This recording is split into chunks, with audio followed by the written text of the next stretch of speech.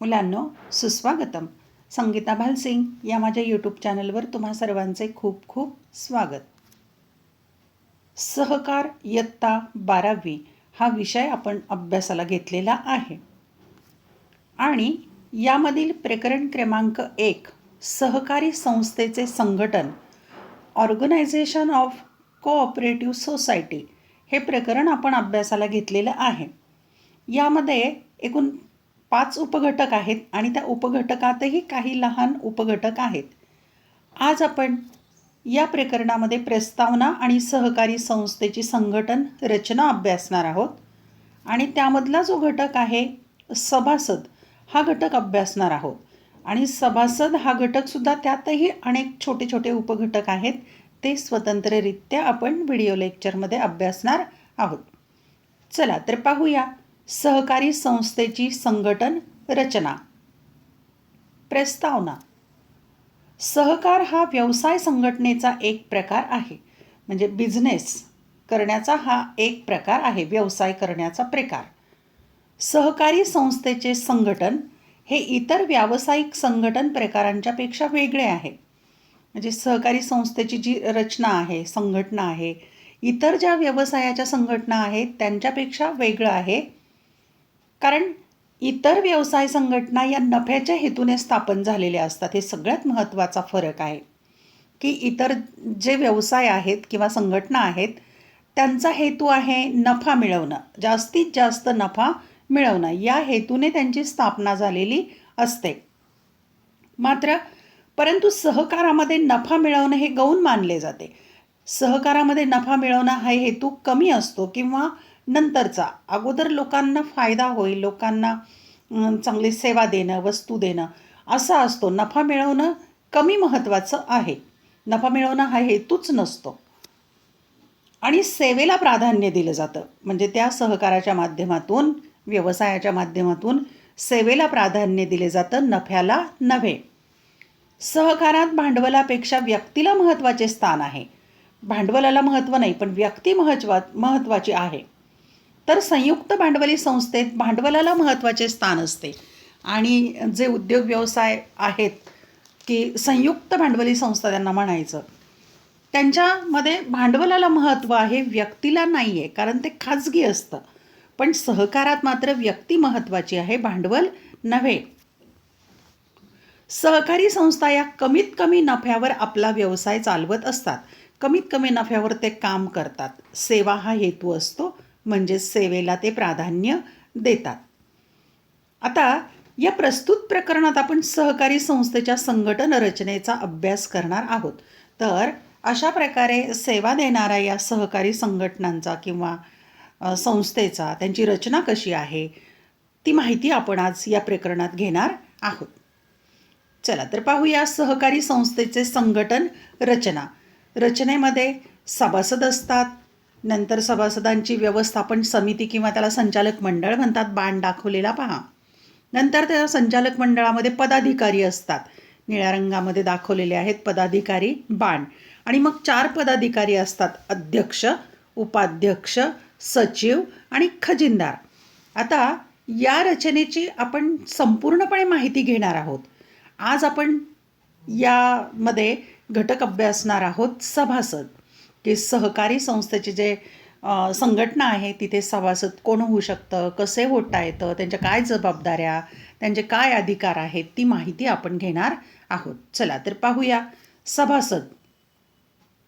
सभासदला इंग्रजी शब्द आहे मेंबर आणि त्याचा अर्थ पाहूया आपण. सामान्य लोकांच्या हितासाठी सहकारी संस्थेची स्थापना प्रवर्तक करीत असतात. की सामान्य लोकांचं हित पाहायचं आहे, यासाठी सहकारी संस्थेची स्थापना केली जाते. समान उद्दिष्टे असणाऱ्या व्यक्ती स्वेच्छेने एकत्र येऊन सहकारी संस्था स्थापन करण्याचा निर्णय घेतात. एकच उद्दिष्ट, समान उद्दिष्ट आहे काही व्यक्तींचं, मग ते स्वतःच्या इच्छेनुसार एकत्र येतात आणि सहकारी संस्था स्थापन करतात, त्यांच्या उद्दिष्टाच्या नुसार, विषयाच्या नुसार.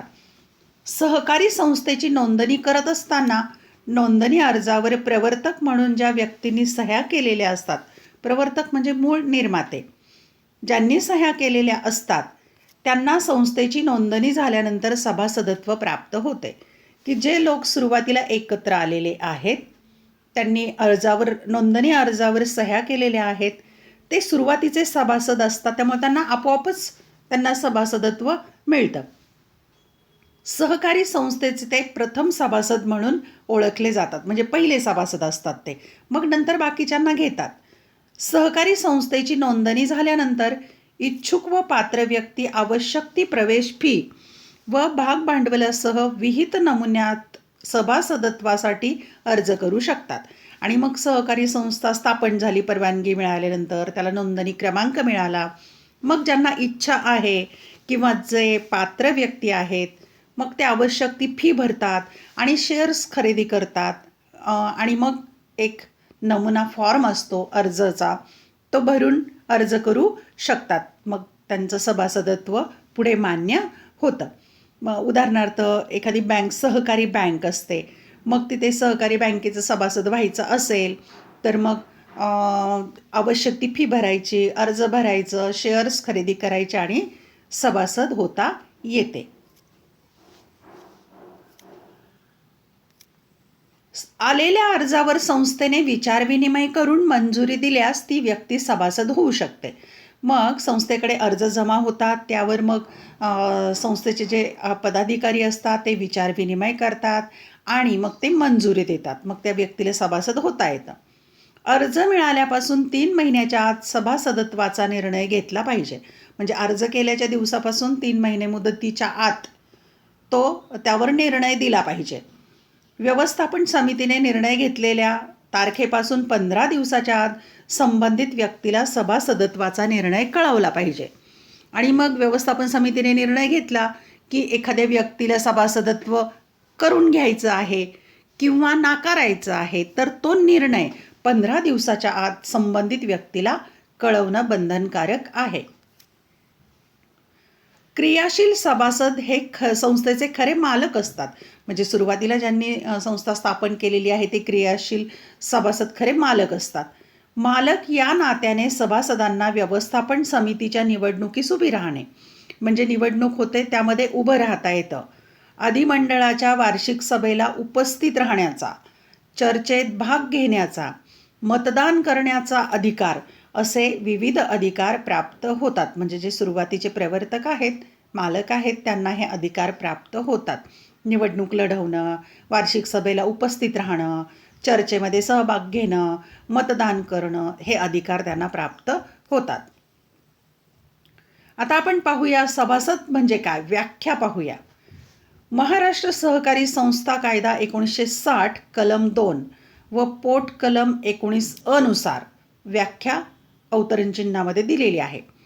सभासद म्हणजे ज्या संस्थेची नंतर नोंदणी करण्यात आली आहे अशा सहकारी संस्थेच्या नोंदणीसाठीच्या अर्जात सामील झालेली व्यक्ती किंवा संस्थेच्या नोंदणीनंतर संस्थेची सदस्य म्हणून यथोचितरित्या दाखल करून घेतलेली व्यक्ती.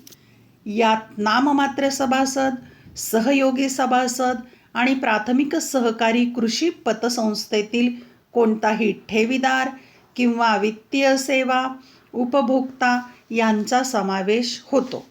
सभासद म्हणजे कोण आहे ती व्याख्या तुम्हाला पाठच करावी लागेल, की सुरुवातीला नोंदणी झालेले जे लोक आहेत ते सभासद, नंतर अर्ज भरून नोंदणी करून घेतलेले आहेत किंवा त्यांना प्रवेश दिलेला आहे असे लोक, यामध्ये नाममात्र सभासद, सहयोगी सभासद आणि सहकारी कृषी पतसंस्थेतील ठेवीदार किंवा वित्तीय सेवा आणि उपभोक्ता यांचा समावेश होतो. त्यांना सभासद असं म्हणतात.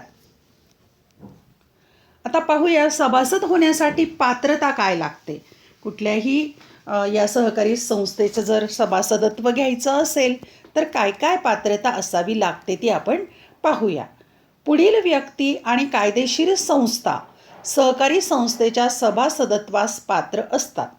आता इथे एक बाब लक्षात घ्यायची, फक्त व्यक्तीच नव्हे तर इतर कायदेशीर सहकारी संस्था ज्या असतात त्यासुद्धा या दुसऱ्या सहकारी जी संस्था आहे तिचं सभासदत्व प्राप्त करू शकतात, मिळवू शकतात. त्यांची पात्रता आहे. पहा, पहिली पात्रता आहे व्यक्ती सज्ञान असला पाहिजे. कोणतीही सज्ञान व्यक्ती सहकारी संस्थेची सभासद होऊ शकते. वयाची 18 वर्ष पूर्ण केलेली आणि मानसिकदृष्ट्या सक्षम असलेली व्यक्ती सभासदत्वास पात्र असते. पहा, महत्त्वाची बाब आहे की 18 वर्ष पूर्ण झालेला सज्ञान व्यक्ती, स्त्री पुरुष कोणी असेल, पण मानसिकदृष्ट्या सक्षम म्हणजे वेडे लोक किंवा मानसिकदृष्ट्या अपंग असणारे लोक या सभासदत्वाला पात्र नसतात. मानसिकदृष्ट्याही ती व्यक्ती पात्र असली पाहिजे. शारीरिक वय 18 आणि मानसिकदृष्ट्या सक्षम, याला म्हणायचं सज्ञान व्यक्ती. या व्यक्तीला कोणत्याही संबंधित अधिनियमाद्वारे करार करण्यास बंदी केलेली नसावी. भारतीय करार कायद्याप्रमाणे करार करण्यास पात्र व्यक्ती सभासद होऊ शकते. या व्यक्तीला कोणीही नाकारू शकत नाही. त्यांनी जर अर्ज केला तर अर्जावर विचार केला जाईल. असे पात्र व्यक्ती सभासद होऊ शकते. दुसरी गरज आहे किंवा अट आहे कार्यक्षेत्रात वास्तव्य. कार्यक्षेत्रात वास्तव्य याचा अर्थ सभासद होऊ इच्छिणारी व्यक्ती संस्थेच्या कार्यक्षेत्रात राहणारी असली पाहिजे. म्हणजे मुंबईमध्ये संस्था आहे तर मग काश्मीरमधला व्यक्ती काही तिथे सभासद होऊ शकणार नाही. संबंधित ठिकाणच्या कार्यक्षेत्रातच सभासदत्व मिळेल व प्रवेश शुल्कासोबत किमान एका भागाची रक्कम भरलेली असावी. म्हणजे त्या संस्थेचे शेअर्स खरेदी केलेले असावेत. प्रवेश शुल्क पण आणि एका भागाची रक्कम भरलेली असावी आणि संस्थेच्या कार्यक्षेत्रात राहणारी व्यक्ती असावी. 3. विद्यार्थी सभासद. आता विद्यार्थी पण सभासद होऊ शकतात. कुठे काय ते पाहूया आपण. शाळा महाविद्यालयातील विद्यार्थ्यांनी सुरू केलेल्या विद्यार्थी सहकारी भांडाराचे सभासदत्व विद्यार्थ्यांना मिळते. आता विद्यार्थी इथे लहान असू शकतात, 18पेक्षा कमी, पण ते कुठे चालतील सभासद? तर विद्यार्थी सहकारी भांडार, विद्यार्थ्यांनी सहकारी भांडार सुरू केलेलं असेल तर तिथे विद्यार्थी सभासदत्व मिळवू शकतात. अशा सहकारी संस्थेचे सभासद होण्यासाठी वयाची अट विचारात घेतली जात नाही. 18 वर्षापेक्षा कमी वय असणारा विद्यार्थीही सभासदत्वास पात्र असतो, पण ते शाळा महाविद्यालयातील सहकारी भांडार असेल तर विद्यार्थी सभासद होऊ शकतो. 4. नोंदणीकृत संस्था. संस्था नोंदणी कायद्यानुसार नोंदणी झालेल्या संस्था देखील सहकारी संस्थेचे सभासद होऊ शकतात. पहा, इथे व्यक्तीच नव्हे तर संस्थाही दुसऱ्या संस्थेचे सभासद होऊ शकतात, पण त्या संस्थेची नोंदणी झालेली असली पाहिजे. संस्था नोंदणीच्या कायद्यानुसार नोंदणी झालेल्या संस्था देखील सहकारी संस्थेचे सभासद होऊ शकतात. उदाहरणार्थ शैक्षणिक संस्था, क्रीडा संस्था, सांस्कृतिक मंडळे इत्यादी. 5. भागीदारी संस्था. ज्या भागीदारी संस्थेची स्थापना भागीदारी कायदा 1932 नुसार झालेली असते अशा संस्था देखील सहकारी संस्थेच्या सभासदत्वास पात्र असतात. भागीदारी संस्था असतात त्या 1932च्या कायद्यानुसार स्थापन झालेल्या असाव्यात.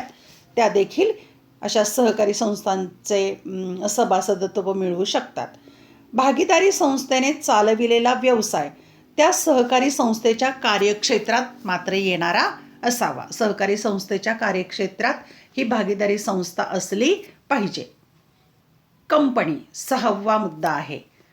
भारतीय कंपनी कायदा 2013 नुसार नोंदविलेली संयुक्त भांडवली संस्था म्हणजे कंपनी 2013च्या कंपनी कायद्यानुसार सहकारी संस्थेची सभासद होऊ शकते. म्हणजे संयुक्त भांडवली संस्था पण सभासद होऊ शकते.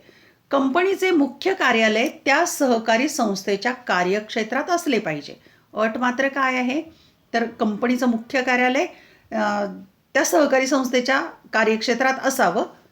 तसेच कंपनीचा हेतू व उद्देश सहकारी संस्थेच्या हेतू व उद्देशाच्या विसंगत नसावा. म्हणजे कंपनीचा हेतू आणि जी सहकारी संस्था आहे तिचा हेतू वेगळा वेगळा नसावा. जर समान हेतू असेल तरच सभासद होता येईल. म्हणजे हेतू आणि उद्देश समान असला पाहिजे. 7. सार्वजनिक विश्वस्त संस्था. ज्या सार्वजनिक विश्वस्त संस्थेची नोंदणी मुंबई सार्वजनिक विश्वस्त कायदा 1860 अंतर्गत समाजाला विशिष्ट प्रकारच्या सेवा पुरवण्यासाठी झालेली असते, त्या देखील सहकारी संस्थेचे सभासद होऊ शकतात.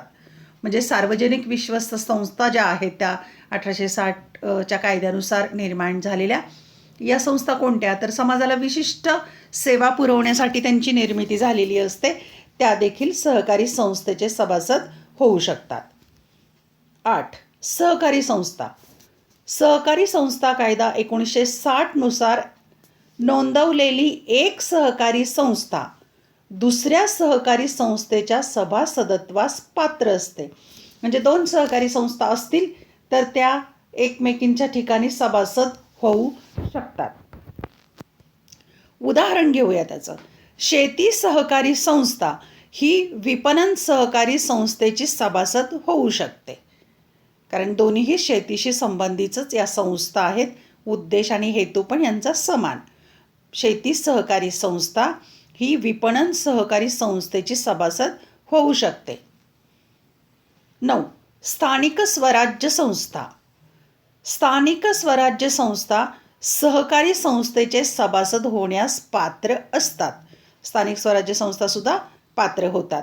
उदाहरणार्थ ग्रामपंचायत, पंचायत समिती, जिल्हा परिषद, नगर परिषद, महानगरपालिका इत्यादी या संस्थासुद्धा या स्थानिक स्वराज्य संस्था आहेत, या सहकारी संस्थेचे सभासद होऊ शकतात. 10. केंद्र आणि राज्य सरकार. केंद्र सरकार किंवा राज्य सरकार. आवश्यकता भासल्यास केंद्र किंवा राज्य सरकारही सहकारी संस्थेचे सभासदत्व स्वीकारतात. ही पण महत्त्वाची बाब आहे. केंद्र किंवा राज्य सरकारसुद्धा सहकारी संस्थेचं सभासद घेऊ शकतात. कृती दिलेली आहे तुम्हाला करण्यासाठी. आपल्या परिसरातील एका सहकारी संस्थेस भेट देऊन तिच्या कामकाजासंबंधी चर्चा करा. ही कृती तुम्ही जरूर करा, अतिशय उपयोगी ठरेल तुम्हाला. धन्यवाद. व्हिडिओ आवडल्यास चॅनल सबस्क्राईब करा, बेल आयकॉन दाबा, म्हणजे मी नवीन व्हिडिओ पोस्ट केला की त्याचं नोटिफिकेशन तुम्हाला मिळेल. मी इयत्ता 11वी आणि 12वी या दोन्ही वर्गांचे मराठी, अर्थशास्त्र, इतिहास, राज्यशास्त्र आणि सहकार या विषयांचे व्हिडिओ लेक्चर क्रमाने पोस्ट काही केलेले आहेत आणि काही करत आहे. ते तुम्ही क्रमाने पहा. त्यासाठी तुम्हाला या चॅनलच्या प्लेलिस्टवर जावं लागेल. व्हिडिओ आवडला की लाईक करा, कमेंट करा. तुमची कमेंट अतिशय प्रेरणादायक आणि उत्साहवर्धक वाटते. तसेच आवडलेला व्हिडिओ तुमच्या मित्रमैत्रिणींना पाठवायला अजिबात विसरू नका. अभ्यासासाठी शुभेच्छा.